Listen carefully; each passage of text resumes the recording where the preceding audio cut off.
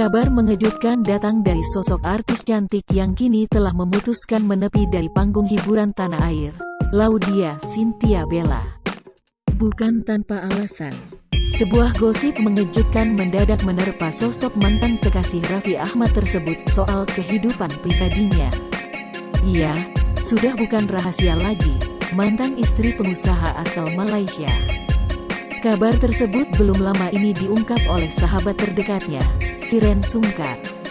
Isu beredar jika Laudya Chintya Bella telah menikah dengan seseorang yang memiliki jabatan tinggi di Dubai.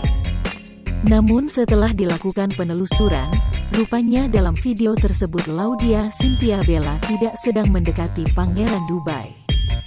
Shireen Sungkar membeberkan kalau tujuan Bella ke Dubai hanya untuk jalan-jalan semata. Bella datang ke Dubai ternyata untuk mencari abaya. Abaya adalah pakaian dari Timur Tengah sejenis jubah.